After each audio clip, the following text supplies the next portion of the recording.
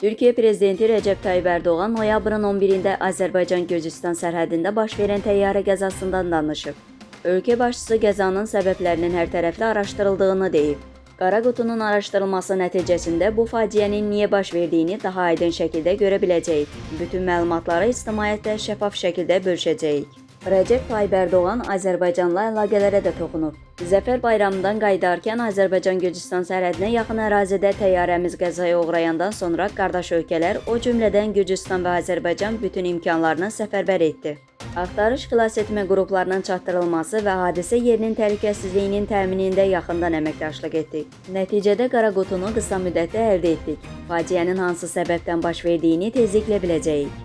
Erdoğan sözlərinə belə davam edib. Azərbaycanın Zəfər bayramında da iştirak etdik.